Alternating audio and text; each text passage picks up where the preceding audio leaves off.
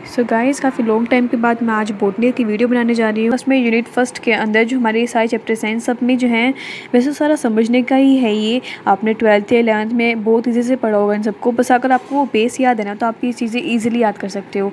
तो इसमें सबसे पहले मैं ये वाला टॉपिक स्टार्ट करने जा रही हूँ क्योंकि ये सबसे इंपॉर्टेंट है। ये 6th और 7th टॉपिक की मेरी मॉडर्न की बुक है। अगर आपके पास मॉडर्न की नहीं है, मेरे पास JBD की है। अगर आपके पास मॉडर्न की बुक है तो आई थिंक आपकी बुक में ये दोनों चैप्टर इकट्ठे दिए होंगे। तो ये दो चैप्टर्स हैं, इसमें थोड़े इंपॉर्टेंट है। अगर आपको ये अच्छी तरह याद हो गए ये दोनों चैप्टर, वैसे तो ये बहुत इजी हैं, आपने पहले पढ़े हुए हैं, लेकिन अगर इन्हें अच्छी तरह समझ लोगे तो आगे जितने भी चैप्टर्स आने वाले हैं चाहे वो पेपर 2 के हों वो आपको ईजिली याद हो जाएंगे बहुत ईजी से। तो स्टार्ट करते हैं हम। सबसे पहले हमारे पास टर्म आती है हाइपोगाइनस। क्या होता है? 3 टर्म आते हैं, इससे रिलेटेड आपने पढ़ा ही होगा। हाइपोगाइनस में क्या होता है? ओवरी सुपीरियर होती है हमारी। जितने भी बाकी फ्लोरल पार्ट्स होते हैं वो सारे इसके नीचे बेलो से प्रेजेंट होते हैं। सबसे ऊपर ओवरी होती है। तो जिस कंडीशन में ओवरी सुपीरियर होगी उस कंडीशन को हमने नाम दिया है हाइपोगाइनस। बाकी सारे पार्ट्स के होंगे इससे नीचे होंगे, इन्फीरियर होंगे। ठीक है, ये चीज़ हमें इसमें याद रखनी है। हाइपोगाइनस कंडीशन ऐसे बोलते हैं। और इसमें एग्जाम्पल भी याद करना ज़रूरी है। हर एक चीज़ का एग्जाम्पल याद होना चाहिए। तो इसके अंदर एच से याद रखो, हाइपोगाइनस एच से याद रखो। इसका एग्जाम्पल हाइबिस्कस। अब हाइबिस्कस का फ्लावर इजीली देख भी सकते हो, कहीं भी देख सकते हो, तो इसलिए सबसे ईजीएस्ट एग्जाम्पल इसका याद करने का तरीका काफ़ी अच्छा है। हाइबिस्कस हम कहीं भी देख सकते हैं, आप उसको लेना और देखना उसमें जो ओवरी है सबसे सुपीरियर प्रेजेंट होगी, बाकी जितने भी फ्लोरल पार्ट्स हैं उसके बेलो से राइज होंगे ऑन द थैलेमस। ठीक है, ये फर्स्ट टर्म होगी। अब सेकंड टर्म इसी से रिलेटेड हमने 3 टर्म इकट्ठी पढ़ी हुई है, हाइपोगाइनस, पेरिगाइनस एंड एपिगाइनस। तो पेरिगाइनस क्या होता है?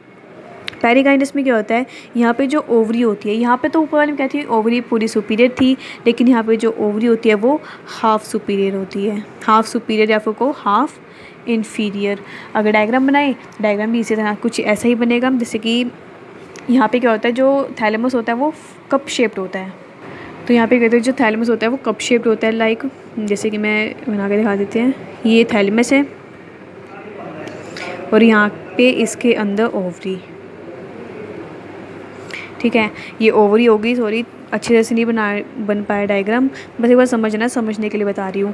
ये क्या है? ओवरी है और ये क्या है? सारा इसका थैलेमस है जिसके अंदर ओवरी प्रेजेंट है। लेकिन इसका मतलब ये नहीं कि थैलेमस के अंदर ओवरी प्रेजेंट है तो ये इन्फीरियर हो गया, ऐसा नहीं होता।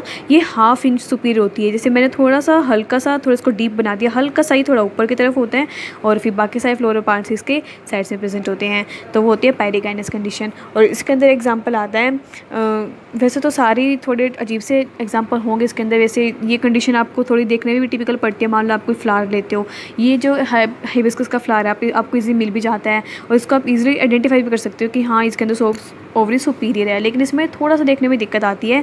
तो इसके अंदर सबसे ईजीएस्ट एग्जाम्पल याद कर लेते हैं हम पी का फ्लावर भी आपको इजीली देखने को मिल जाएगा। उसके अंदर उसको खोल के देखना, उस फ्लावर को, उस फ्लावर की कुछ 5 पेटल्स होती है ना, उसको खोल के देखना और इसमें भी आपको ईजिली समझ में आ जाएगा कि जो सुपीरियर है वो ना तो बिल्कुल अंदर है और ना ही बिल्कुल ऊपर है।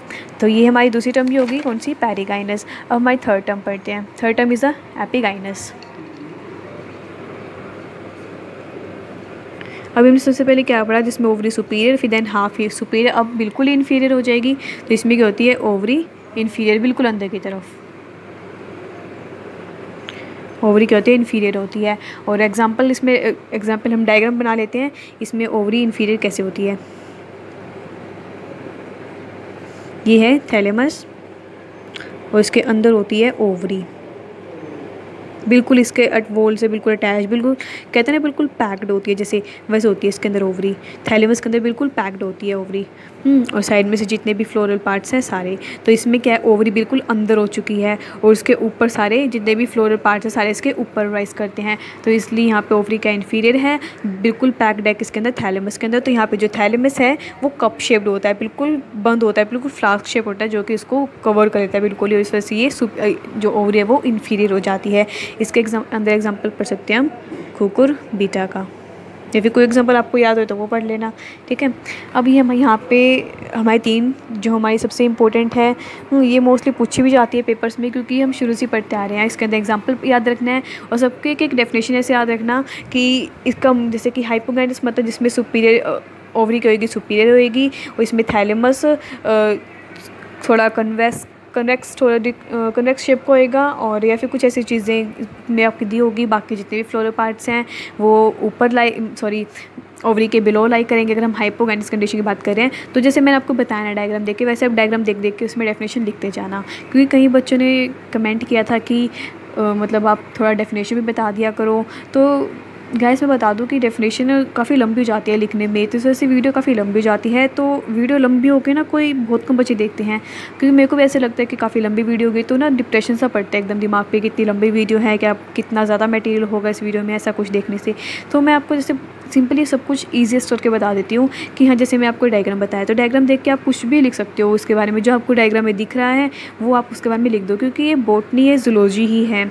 इसमें आप अगर डायग्राम समझ जाओगे ना तो आप उस डायग्राम को देख के ना कुछ भी लिख सकते हो। तभी आपके टीचर्स भी आपको बोलते होंगे कि डायग्राम की प्रैक्टिस करो। तो मैं भी ये बोलूँगी कि डायग्राम की अच्छे से प्रैक्टिस करो, क्योंकि अगर आपके पेपर्स में अगर आप सिर्फ डायग्राम भी बनाया होगे ना, तो मान लो 7 नंबर क्वेश्चन है तो 3 नंबर तो आपको वैसे ही दे देगा वो। और डायग्राम को देख के आप कुछ तो लिखोगे उस डायग्राम को देखने के बाद, तो इस बहुत अच्छे नंबर मिलते हैं आपको। तो इसलिए डायग्राम देखो और उसको समझो और डेफिनेशन अपने आप मिल जाएगी, ठीक है।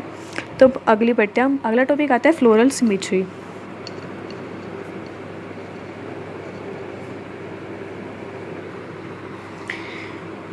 फ्लोरल सिमेट्री सबसे हमने हम पे 3 तरह की सिमेट्री पढ़ती हैं। पहली होती है एक्टिनोमॉर्फिक सिमेट्री। एक्टिनोमॉर्फिक में क्या होता है, अगर कोई भी फ्लावर है, उस फ्लावर को अगर हम किसी भी प्लेन से काटें, किसी भी प्लेन से, तो वो हमें 2 इक्वल हाफ्स में डिवाइड मिलेगा। तो यहाँ पे हम क्या लिखेंगे, 2 इक्वल हाफ्स हमें मिलते हैं, 2 इक्वल हाफ्स मिलते हैं हमें जब हम चाहे उसे किसी भी प्लेन से काटें, डिवाइडेड इन एनी एक्सिस। तो हम यहाँ पे 2 इक्वल हाफ्स मिलते हैं किसी भी प्लेन से अलोंग एनी प्लेन, चाहे हम इसे किसी भी प्लेन से कट करें, हमें यहाँ पे 2 इक्वल हाफ्स ही मिलेंगे। तो उसे बोलते हैं हम एक्टिनोमॉर्फिक सिमेट्री। और इसमें हम एग्जांपल पढ़ेंगे किसका, सोलेनम का। मैंने पहले कहा था आपको हर एक एग्जांपल याद करना पड़ेगा, ठीक है। तो यहाँ एग्जांपल किसका पढ़ेंगे, सोलेनम का। एंड सेकेंड सिमेट्री कौन सी, जाइगोमॉर्फिक सिमेट्री। जाइगोमॉर्फिक सिमेट्री में क्या होता है कि यहाँ तो हमने क्या कहता है, जब हम किसी भी प्लेन से कट करें वो उसे हमें 2 इक्वल हाफ्स हमें उसके मिलते हैं उस फ्लावर के। लेकिन जाइगोमॉर्फिक सिमेट्री क्या होती है, यहाँ पे हम हर किसी भी प्लेन से कट नहीं कर सकते, सिर्फ एक वर्टिकल प्लेन से कट कर सकते हैं। 1 वर्टिकल प्लेन से ही अगर हम इसे कट करेंगे तभी हमें 2 इक्वल हाफ्स मिलेंगे, अदरवाइज़ नहीं मिलेंगे। तो इसके अंदर एग्जाम्पल आता है पी का, ठीक है। अब थर्ड आती है, थर्ड सिमेट्री होती है एसिमेट्री, पता ही चल गया। और एसिमेट्री क्या होती है, एसिमेट्रिक में क्या आता है, जिसमें अगर हम किसी भी प्लेन से कट करें हमें 2 इक्वल हाफ्स कभी नहीं मिलेंगे, ठीक है। और एग्जाम्पल कहना, चाहे हम किसी भी प्लेन से कट करें, चाहे इवन हम उसे वर्टिकल प्लेन से भी कट करेंगे, तब भी हमें उसके 2 इक्वल हाफ्स नहीं मिल सकते। तो वही होती है एसिमेट्रिक। एसिमेट्रिक मतलब ऐसे कोई सिमेट्री ही नहीं है ना। अब आगे आता है हमारा तीसरा टॉपिक। तीसरे टॉपिक में हम पढ़ेंगे कि फ्लोरल होल्स प्रेजेंट होने पर या उसके एब्सेंट होने पर हम कौन कौन सी टर्म यूज़ करते हैं। तो टॉपिक का नाम है प्रेजेंस ऑफ फ्लोरल होल्स।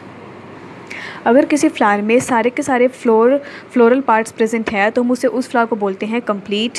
तो यहाँ पे 2 टर्म लिखी गई है आपके बुक में, कंप्लीट और एक होती है इनकम्प्लीट। तो नाम से पता चल रहा है कि अगर कोई फ्लावर है उसके अंदर चारों के चारों फ्लोरल पार्ट है तो उसे हम बोलेंगे कंप्लीट। अगर चारों में से कोई एक नहीं है तो उसे हम बोलते हैं इनकम्प्लीट। और चारों फ्लोरल पार्ट्स कौन कौन से होते हैं, कैलिक्स, करोला, एंड्रोशियम, गाइनोशियम, ठीक है। ये 4 पार्ट्स होते हैं, ठीक है। अब यहाँ पे एक टर्म हमारी खत्म होती है कि कंप्लीट और इनकम्प्लीट फ्लावर हम किसे बोल सकते हैं।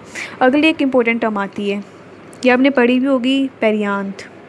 पेरियांथ किसे बोलते हैं, पेरियांथ बोलते हैं सेपल्स और पेटल्स को। सेपल्स और पेटल्स को कलेक्टिवली हम पेरियांथ बोलते हैं। सेपल्स एंड पेटल्स को कलेक्टिवली क्या बोला जाता है, पेरियांथ बोला जाता है। और हमें पता है जो सेपल्स और पेटल्स होते हैं वो क्या रिप्रोडक्टिव नेचर के होते हैं, नहीं होते। तो ये क्या होते हैं, स्टेराइल होते हैं। क्या होते हैं, स्टेराइल। तो पेरियांथ है या नहीं है उसके बेस पे भी इसको 3 टर्म्स दी गई है, इसको 3 टर्म्स में डिवाइड किया गया है। पहले मैं टर्म्स लिख देती हूँ, हमें ये बात याद रखनी है कि सेपल्स और पेटल कलेक्टिवली क्या बोल देते हैं, पेरियांथ बोला जाता है। काफ़ी बच्चे इसमें कंफ्यूज होते हैं कि पेरियांथ क्या होता है। तो सेपल्स और पेटल्स को इकट्ठा क्या बोलते हैं, पेरियांथ बोला जाता है। कि आउटर स्ट्रक्चर इन जो है ना हमारी रिप्रोडक्टिव स्ट्रक्चर्स के बाहर जो भी स्ट्रक्चर प्रेजेंट है उसे हम क्या बोलते हैं, पेरियांथ बोलते हैं। या फिर इंडिविजुअली कहीं तो सेपल या पेटल बोलते हैं। और ये क्या होती है, स्टेराइल होती है। अब इसमें जो है 3 टर्म्स आती हैं। एक क्लेमाइडस, पहली आती है एक क्लेमाइडियस, दूसरी आती है मोनोक्लेमाइडियस, तीसरी आती है डाइक्लेमाइडियस। जो एक क्लेमाइडियस, ए मतलब एब्सेंट, मोनो मतलब एक और डाई मतलब 2। तो एक क्लेमाइडियस में यहाँ पे क्या होता है, जो पेरियांथ होता है वो एब्सेंट होता है। क्या होता है यहाँ पे, पेरियांथ जो होता है वो एब्सेंट होता है। और बस पेरियांथ एब्सेंट होता है। अगर किसी फ्लावर में सेपल्स या पेटल्स नहीं हैं तो उस फ्लावर्स को हम बोलते हैं नेकेड फ्लावर्स। और मोनोक्लेमाइडियस मतलब जिसमें सिर्फ एक ही मेंबर प्रेजेंट हो। एक ही मेंबर मतलब या तो खाली या तो सिर्फ सेपल हो या फिर सिर्फ पेटल हो। इन दोनों में से जो कोई एक चीज़ हो अगर, उसे हम बोलते हैं मोनोक्लेमाइडस। और डाइक्लेमाइडस मतलब जिसमें सेपल्स और पेटल्स दोनों ही हो, उसे बोलते हैं डाइक्लेमाइडस। ठीक है, तो यहाँ भी हमारा हुआ presence of floral holds. Perianth term याद रखना, क्योंकि ना पीस से रिलेटेड ना काफ़ी सारी टर्म्स देखने को मिलती है। पेरियांथ है, पिडंकल है, पेडिसल है, ऐसी चीज़ें काफ़ी सारी टर्म्स देखने को मिलेगी। तो काफ़ी कन्फ्यूज़न हो जाती है यहाँ पे। अगली आती है हमारा टॉपिक, 4th टॉपिक है बुक के हिसाब से, फ्लोरल एक्सिस। फ्लोरल एक्सिस क्या होता है, फ्लावर के सेंटर में एक एक्सिस ग्रो करता है जिसे हम बोलते हैं फ्लोरल एक्सिस। और वो इलोंगेटेड और काफ़ी इलोंगेटेड होता है। वो कहाँ से ग्रो करता है, कहाँ से राइज होता है, उस बेस पे उसको 4 पार्ट्स में डिवाइड किया गया है। तो पहला पार्ट होता है एंथोफोर। क्या है, एंथोफोर। एंथोफोर क्या होता है, जो ये इलोंगेटेड एक्सिस है अगर वो राइज बिटवीन या फिर present between calyx and Corolla, calyx और कोरोला के बीच से अराइज करे तो उससे हम वो बोलते हैं क्या, एंथोफोर। और इसके अंदर एग्जांपल हम याद रखने हैं, मैंने अभी कहा था एग्जांपल हर चीज़ के याद रखने पड़ेंगे। सॉरी, एग्जांपल इसका है साइलिन। साइलिन की कुछ जीनस या फिर कुछ स्पीसीज। साइलिन तो एक जीनस है। एंड सेकेंड टर्म है एंड्रोफोर। एंड्रोफोर नाम से पता चल रहा है यहाँ पे जो इलोंगेटेड एक्सिस होती है वो कहाँ पे प्रेजेंट होती है, बिटवीन। अब हमने यहाँ पे क्या कहते हैं, कैलिक्स और कोरोला। तो अब क्या करेंगे, कोरोला एंड एंड्रोशियम के बीच से, प्रेजेंट के बीच में होती है। नाम से पता चल रहा था एंड्रो लिखा हुआ था, तो मतलब कोरोला और एंड्रोशियम के बीच से जो एक्सरसाइज होगी उसे हम बोलते हैं एंड्रोफोर। एग्जाम्पल लिखेंगे इसके अंदर, पैशन फ्लावर। ठीक है, अब आता है थर्ड, ये है गाइनोफोर। ये भी नाम से पता चल चुका होगा आपको इसको देख के ही। तो यहाँ पे जो एक्सेस अराइज करेगी, एक्सेस ग्रो करेगी, वो एंड्रोशियम एंड गाइनोशियम के बीच से होगी। ठीक है, पता चल गया, तो नाम से पता चल गया अब तो। अब इसके अंदर आती है क्लियोम, जीनस है क्लियोम भी। And fourth one is the androgynophore. ये भी नाम से पता चल रहा है। नाम से कैसे पता चल रहा है, यहाँ पे 2 टर्म आ रही है, एंड्रो और गाइनो। तो यहाँ पे गाइनोफोर अगर एंड्रोफोर के साथ एसोसिएट हो जाए तो उसे हम बोलते हैं एंड्रोगाइनोफोर। गाइनोफोर इज एसोसिएटेड विद एंड्रोफोर, तो उसे हम क्या बोलते हैं, एंड्रोगाइनोफोर। इसके अंदर एग्जांपल लिख सकते हैं हम, क्लियोम। क्लियोम की कुछ स्पेसिफिक स्पीसीज़ ही इसके अंदर आती है। ठीक है, तो अब आपका 5th टॉपिक आता है अटैचमेंट ऑफ फ्लावर। की फ्लावर जो है स्टेम के साथ अटैच होता है और उस जिस स्टोक से वो अटैच होता है उसे हम बोलते हैं पेडिसल। तो पेडिसल क्या है, stalk of the flower through which it attaches to the branch. तो पेडिसल अगर काफ़ी इलोंगेटेड है तो उस फ्लावर को हम बोलेंगे पेडिसिलेट। क्या बोलेंगे, पेडिसिलेट फ्लावर। अगर वो शॉर्ट है, लगा लो वेरी शॉर्ट है, तो उसे हम बोलते हैं सब सेसाइल। और अगर वो बिल्कुल ही शॉर्ट ख़त्म ही है, बिल्कुल अगर ऑब्सेंट ही है, तो उसे हम बोलते हैं सेसाइल, कि ये फ्लावर क्या है, सेसाइल है, इसके पास पेडिसल नहीं है। ठीक है, डायरेक्ट ही अटैच्ड है ये किसे, स्टेम से। अब अगला आता है आपका सिक्स टॉपिक क्या है, हम यहाँ पे पढ़ेंगे कुछ ब्रैक्ट एंड ब्रैक्टियोल्स के बारे में। तो ये दोनों क्या चीज़ होती है, हम इसको डिफरेंस से पढ़ लेते हैं। जो ब्रैकेट होती है, ब्रैकेट्स एक लीफ लाइक स्ट्रक्चर है, जो पेडिसल के बेस में प्रेजेंट होती है, present at the base of pedicel. Pedicel क्या था, स्टोक ऑफ द फ्लावर। तो जहाँ पे जो फ्लावर अराइज कर, जहाँ भी फ्लावर होता है, ये मेन स्टेम है और ये इसकी पेडिसल है और यहाँ पे कोई फ्लावर उगा हुआ है। ठीक है, तो यहाँ पे एक लीफ लाइक स्ट्रक्चर प्रेजेंट होती है, उसे हम बोलते हैं ब्रैकेट। और ब्रैक्टियोल्स क्या होता है, अब जैसे मैंने ये बनाया, बिल्कुल सेम बना लेते हैं। ये मैंने कुछ इस तरह का बनाया और यहाँ पे क्या, यहाँ ये क्या है, ब्रैकेट है। तो इस पेडिसल के ऊपर कहीं भी या फिर को ब्रैकेट और फ्लावर के बीच में कहीं भी कोई लीफ लाइक स्ट्रक्चर प्रेजेंट हो, तो उसे हम बोलते हैं ब्रैक्टियोल्स। तो समझ में आ गया, ब्रैकेट क्या है, जो कि बेस पे प्रेजेंट होएगी, या फिर को जहाँ से फ्लावर अराइज करेगा उसके एक्साइल पे प्रेजेंट होएगी, फ्लावर के एक्साइल पे प्रेजेंट होएगी। लेकिन जो ब्रैक्टियोल्स होता है वो पेडिसल पे कहीं भी प्रेजेंट हो सकती है ऑफ दी फ्लावर, उसे बोलते हैं ब्रैक्टियोल्स।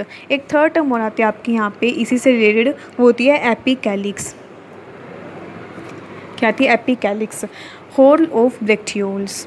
नाम से पता चल जाता है, अब तो उसके इस वर्ड को पढ़ते ही समझ में आ जाना चाहिए कि इसकी डेफिनेशन क्या होएगी, है ना। जितने भी ब्रैक्टियोल्स हैं उसका पूरा होल्स, अगर वो कैलिक्स के बेस पे प्रेजेंट हो, present at base of calyx के बेस पे जितनी भी ब्रैक्टियोल्स प्रेजेंट होते हैं, उस ब्रैक्टियोल्स का पूरा होल क्या कहलाता है, एपिकैलिक्स कहलाता है। और हम एपिकैलिक्स सबसे ईजीएस्ट एग्जांपल कहाँ देख सकते हैं, हाइबिस्कस में देख सकते हैं। सो नेक्स्ट टॉपिक आता है हमारा 7 टॉपिक है, हम पढ़ेंगे अब कैलिक्स के बारे में। कैलिक्स क्या होता है, कैलिक्स होता है सेपल्स। यूजुअली आप सबने देखा होगा जो कैलिक्स होते हैं वो ग्रीन कलर की होती है। तो ग्रीन कलर के तो वो क्या करेगी, फोटोसिंथेसिस करेगी, है ना। और अगर वो ग्रीन कलर की तो फोटोसिंथेसिस करती है तो हम उसे सेपल्स बोल सकते हैं। और अगर वो कलर्ड है तो वो सेपल ही, लेकिन उसके लिए अलग से टर्म यूज़ कर दी गई, पेटेलॉइड। पेटेलॉइड क्यों बोला गया, पेटेलॉइड मतलब पेटल्स होते हैं, कलर्ड होते हैं, तो इसलिए उसको, तो ऐसे सेपल्स जो कि कलर्ड होंगे उसे हम क्या बोलेंगे, पेटेलॉइड्स बोलेंगे। अब हम इसके अंदर पहला टॉपिक पढ़ते हैं कि कैलिक्स जो है सेपल्स, उसकी ड्यूरेशन क्या होती है, ड्यूरेशन ऑफ कैलिक्स। तो 2 तरह की ड्यूरेशन हो सकती है, मतलब कहने का मतलब कि पहले होती है क्यूडेकस। क्यूडेकस क्या होता है, जैसे ही फ्लावर ओपन होगा, फ्लावर के ओपन होते ही जो सेपल्स ड्रॉप ऑफ कर जाएँ, झड़ जाएँ, तो sepals drop off as flower open, flower के ओपन होते ही जो सेपल्स ड्रॉप ऑफ कर जाएँ वो होती है, उसको हम टर्म देते हैं क्या, कैडेकस। और इसमें एग्जांपल लिख सकते हैं हम पॉपी प्लांट का। ठीक है, पॉपी प्लांट का एग्जांपल लिख सकते हैं। सेकंड होती है, आपको इससे टर्म एक और याद आती होगी, कौन सी, डेसिडुअस। डेसिडस में क्या होता है, जिसमें सेपल्स जो है जब तक फ्लावर मैच्योर नहीं हो जाता तब तक नहीं गिरती, मतलब जब फ्लावर्स अपने मैच्योरिटी पे आ जाएगा, एट मैच्योरिटी, जब फ्लावर की मैच्योरिटी हो जाएगी बिल्कुल, तब वो फॉल ऑफ हो या फिर ड्रॉप ऑफ होए। ठीक है, फॉल तब जाके, अगर जब फ्लावर पूरा मैच्योर हो जाए तब जाके वो फॉल होए, तब उसे बोलते हैं डेसिडस। लेकिन फ्लावर के ओपन होते ही जो सेपल्स ड्रॉप ऑफ हो जाए फिर फॉल हो जाए, उसे बोलते हैं कैडेकस। तो इसमें एग्जांपल लिख सकते हो आप ब्रेसिका का।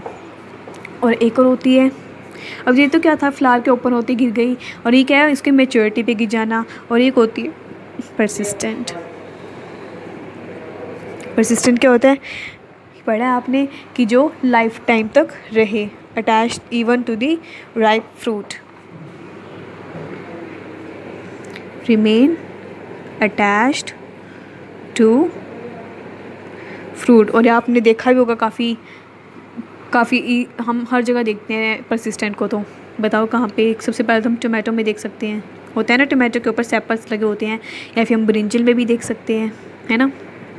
तो बहुत ईजी एग्जांपल है, तो इसे भी आपको याद रखना। ये था हमारा टॉपिक कैलिक्स के बारे में। हमने यहाँ पे क्या पढ़ा कि कैलिक्स की ड्यूरेशन पढ़ी हमने कि कैलिक्स कब गिरता है, उसको हमने क्या टर्म दी, या फिर परसिस्टेंट है या नहीं है, ठीक है।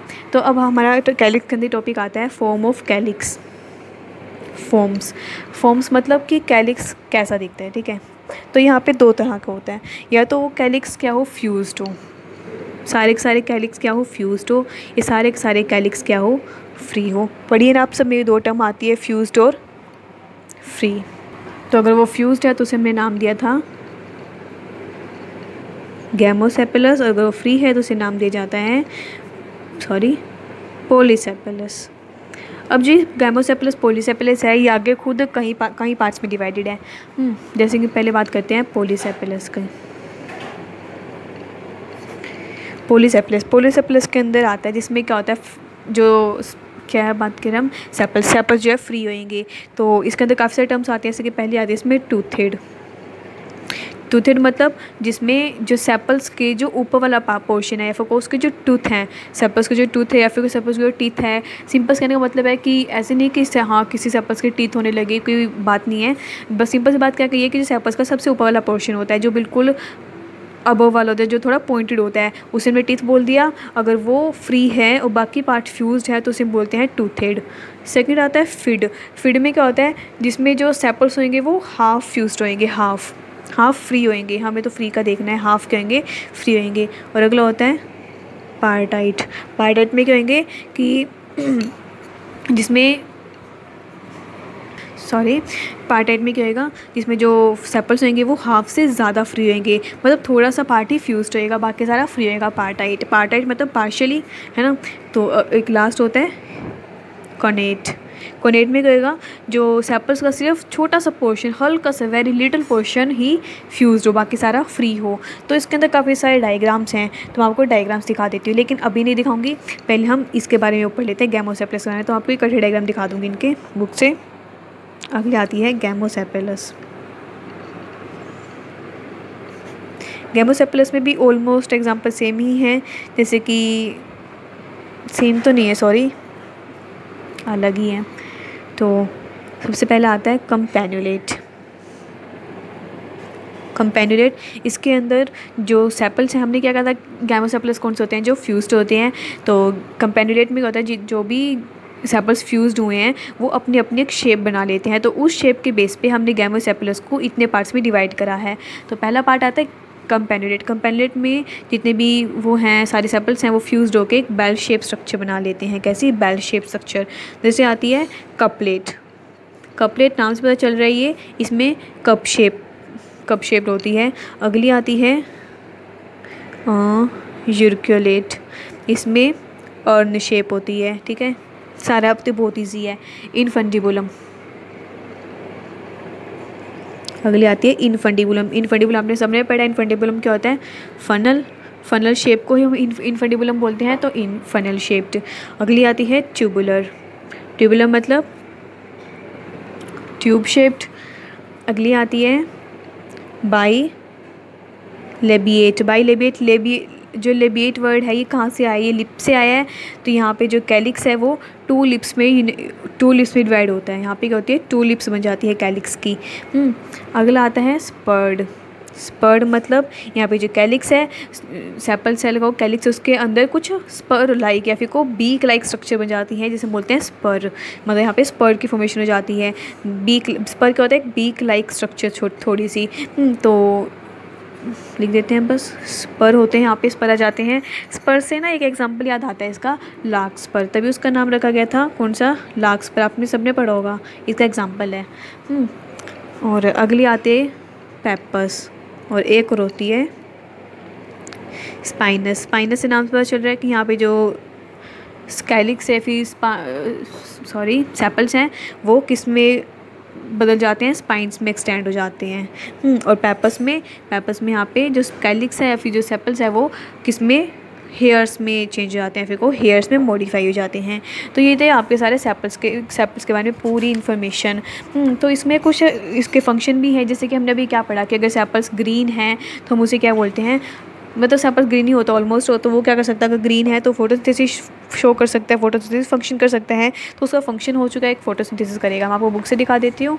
जैसे मैंने क्या कहा कि इसका फंक्शन पढ़ रही हम, तो कैलिक्स जो है क्या कर रहा है, सबसे पहले तो ये वाला, अगर वो ग्रीन है तो फोटोसिंथेसिस शो कर रहा है, अगर वो ब्राइट कलर्ड है, फिर कोई कलर्ड है वो, तो वो पोलिनेशन में हेल्प करने वाला, ऑब्वियस बात है। दूसरी बात, जो कैलिक्स हैं वो जितने भी फ्लोरल पार्ट्स हैं उसके अंदर उन सबको क्या कर रहा है, प्रोटेक्शन प्रोवाइड कर रहा है।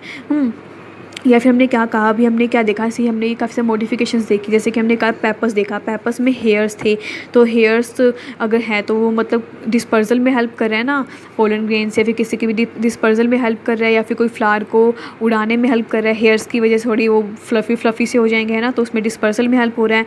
अगर वो स्पाइनस उसकी मॉडिफिकेशंस है तो अपने आप को खुद को प्रोटेक्ट कर रहा है थ्रू स्पाइंस, है ना। और उसके ऊपर कुछ अगर किसी फ्लावर्स में नेक्ट्रिस प्रेजेंट होती है, या जो किसी पोलिनेटर्स को अट्रैक्ट करती है, और कुछ स्टिकी ग्लैंड्स प्रेजेंट होते हैं जो कि उनको उन जो हर्बीवोर्स एनिमल्स हैं उनको अपने से दूर रखती है। कुछ ऐसे स्टिकी ग्लैंड्स प्रेजेंट होते हैं ताकि जो हर्बीवोर्स हैं उनके पास ना आए। आपने देखो बहुत सारे, जैसे कि हमने देखते हैं आग का पौधा होता है, आग के पौधे पे कोई भी उसको एनिमल्स वो खाता नहीं है उसे, क्योंकि उनके पास एक ऐसी वहाँ पे वो होते हैं, ग्लैंड्स होते हैं जिससे वो उनके पास जाते ही नहीं है। ऐसे ही मतलब इसी तरह कुछ ग्लैंड लगा लो जो उन्हें उनसे दूर रखती है, ऐसे पॉइजन होता है उनके अंदर, ठीक है। तो वैसे ही सब ये हमने देखा था, ठीक है। अब यहाँ पे ना मैंने आपको कहा था डायग्राम के बारे में, ये देखना, ये है गेमोसेफेलस के डायग्राम। ये था कंपेन्यूलेट मतलब ये बेल शेप्ड है, ये कप शेप्ड है, ये अर्न शेप्ड है, ये फनल शेप्ड है, ये ट्यूबुलर, यहाँ पे 2 लिप्स हैं, बाइलेबिएट, स्पर्ड है, यहाँ पे एक जैसे देखो दिख हुई ना, ये बीक शेप्ड स्पर्ड है, यहाँ पे पेपर्स, यहाँ पे हेयर्स हैं, और स्पाइनस, यहाँ पे स्पाइंस होते हैं। दूसरा था एक पोलीसेप्लस वाले, पोलीसेप्लस के देखो ये है टूथ हेड, जिसमें क्या सिर्फ सेपल्स के टूथ ऊपर वाले ही पार्ट जो है फ्री हो, फीड में हाफ, पार्टाइट में हाफ से ज़्यादा फ्री है, और कैनेट कोनेट में सबसे हल्का सा नीचे फ्यूज होता है। आपको इस डायग्राम में सिमिलरिटी दिख रही होगी, लेकिन सिमिलर नहीं है। डायग्राम दिखा रखा है, डायग्राम में अगर हम ऐसे देखें डायग्राम तो हमें कन्फ्यूज़न हो जाती है, लेकिन आप इसको 3D देखना वो गूगल से, तो आपको बिल्कुल कन्फ्यूज़न नहीं होगी। इसमें हल्का सा पार्ट फ्यूज्ड होता है नीचे से। वैसे अब ये वीडियो जो है काफ़ी लंबी हो चुकी है, 26 मिनट की वीडियो हो चुकी है, तो इसके बाद हमारे टॉपिक रहते हैं कोरोला वगैरह, तो वो हम अगली उसमें पढ़ेंगे, अगली वीडियोज़ में, क्योंकि वीडियो लंबी हो चुकी है इसलिए। Thank you.